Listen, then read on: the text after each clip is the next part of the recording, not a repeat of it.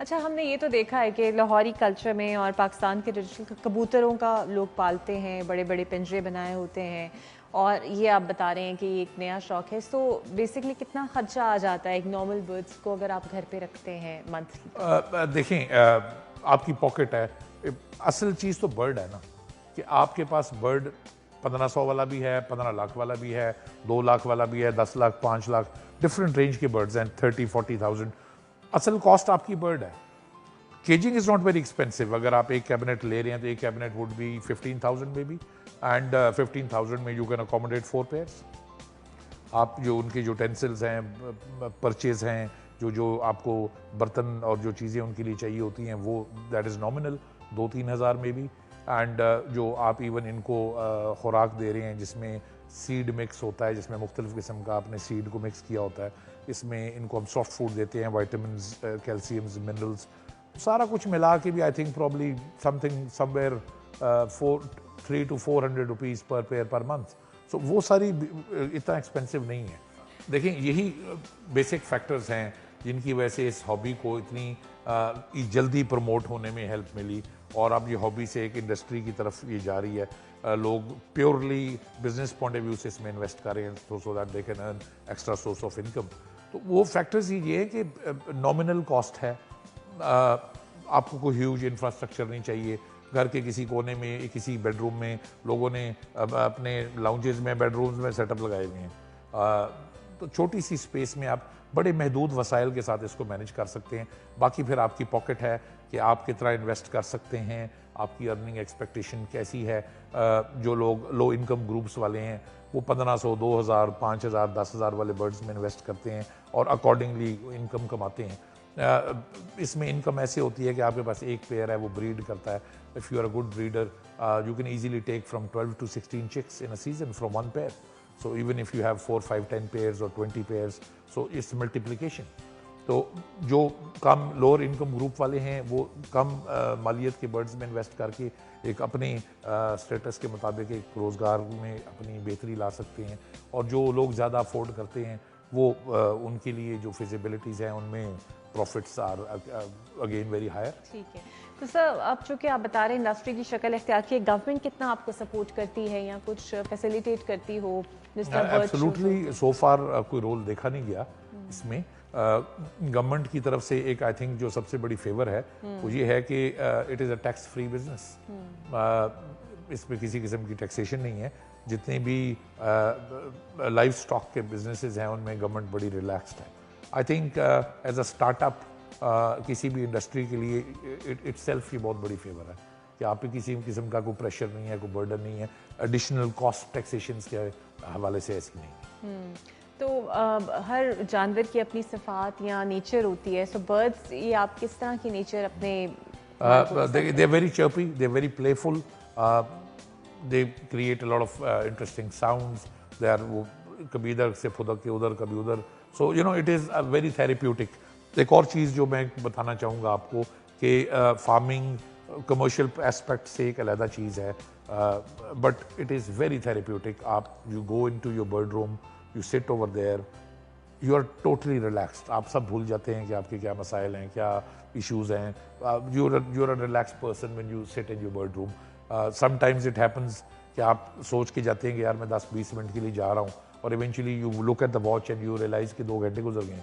وہاں پہ ٹائم گزرنے کا آپ کو پتہ نہیں چلتا. They are very involving. And bird watch ایک بڑی امپورٹنٹ ایکٹیویٹی ہے جس کے ذریعے ہم برڈس کو واچ کر کے دیکھتے ہیں کہ ان کو کوئی ایشو تو نہیں ہے, کوئی پرابلم تو نہیں ہے, بیکاز بے زبان چیز ہے, وہ خود تو بولے گا نہیں. تو یو ہیو ٹو مانیٹر کہ ان کی ایکٹیویٹی کیسی چل رہی ہے.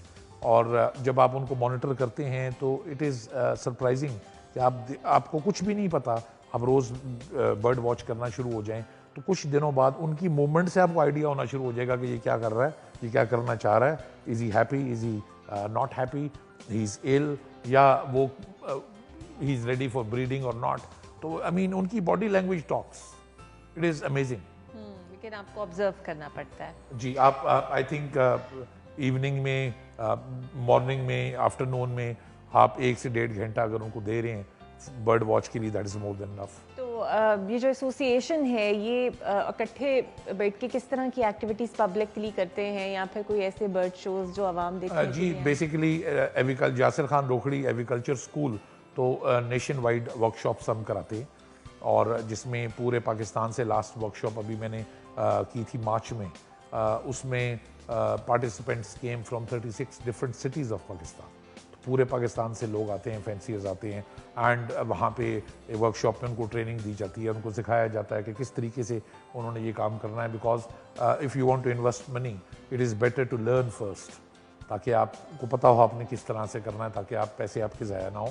اور یہاں پہ یہ بھی ہے کہ لرننگ اس حوالے سے بھی بڑی ضروری ہے کہ ایک برڈ ہے جو 1500 روپے کا ہے، اور وہی برڈ تھوڑے سے مختلف کلر میں 2 لاکھ کا ہے. تو آپ میں یہ پہچان ہونی بھی بڑی ضروری ہے کہ آپ کو پتہ ہو کہ برڈ کو پہچاننا کیسے ہے، اس میں کیا فیچرز کو دیکھنا ہے. یہ نہ ہو کہ آپ کو 2 لاکھ والا برڈ کہہ کے 1500 والا برڈ دے دے. So learning is very important. So I try to create awareness. میں مختلف شہروں میں پروموشنل اور ایجوکیشنل ورکشاپس کرتا ہوں.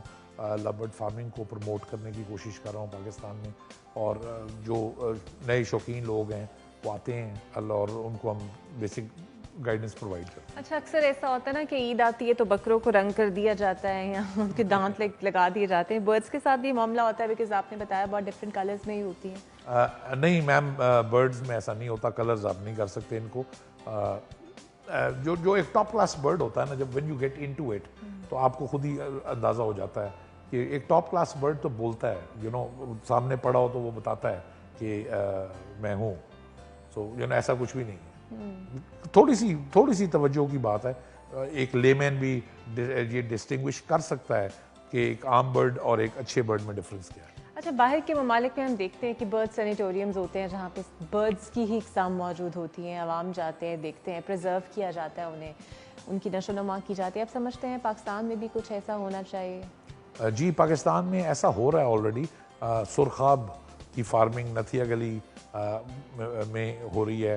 ایبٹ آباد میں ایک بہت بڑا ایک سیٹ اپ بنایا گیا ہے جس میں سرخاب کی ڈفرینٹ نسلوں کی افزائش کا کام ہو رہا ہے، ان کو پرزرو کیا جا رہا ہے. سو محدود ہے، لمیٹڈ ہے، بٹ یہ سٹیپس اب آہستہ آہستہ گورنمنٹ لے رہی ہے پاکستان میں. یہ وہی سرخاب ہے جس کے پر پہ محاورہ بھی ہے کہ آپ کو سرخاب کے پر لگے ہوئے ہیں. بہت شکریہ یاسر خان روکھڑی صاحب. اور ہم چاہیں گے کہ یہ چونکہ اب انڈسٹری کی شکل اختیار کر رہا ہے تو ہمارے اکنامک کنڈیشنز اکثر فیوریبل نہیں ہوتی، تو اگر آپ کو اس کا شوق ہے تو ود پراپر انفارمیشن اور پراپر اویئرنیس آپ ضرور اس کو آپٹ کر سکتے ہیں. جس طرح آج ہم نے جانوروں پہ ویسے بھی پروگرام میں بات کی کہ بہت ہی تھیراپی ہوتی ہے، آپ ڈپریشن اور اسٹریس ریلیز کرتے ہیں، اپنا ایک اچھا لائف سٹائل اپنا سکتے ہیں. تو کوشش کریں کہ کوئی نہ کوئی پیٹ ضرور اپنے بچوں کو لا کے دے.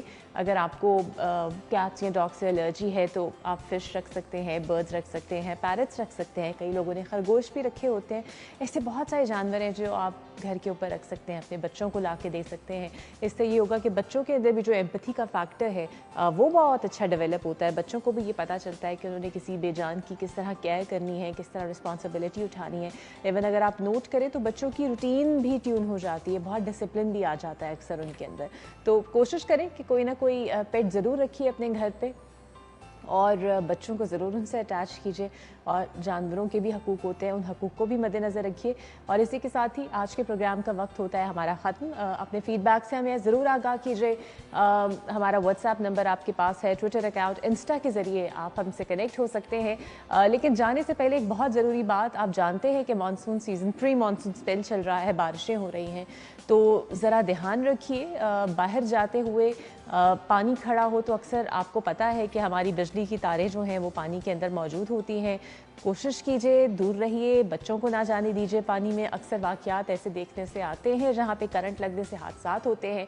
تو موسم اگر رحمت برسا رہا ہے تو اس کو بالکل اپنے لیے زحمت نہ بنائیے. کوڑا کرکٹ بالکل باہر نہ پھینکیے، بیکاز اگر پانی جمع ہو گیا تو وہی پانی جب تک نہیں نکلے گا تو وہ آپ کے لیے زحمت ہے. اور بجلی کی تاروں کا خاص خیال رکھیے اور بچوں کو بھی ان سے دور رکھیے. اور اس کے ساتھ ہی مجھے دیجیے اجازت، پھر ہوگی آپ سے ملاقات. اللہ حافظ.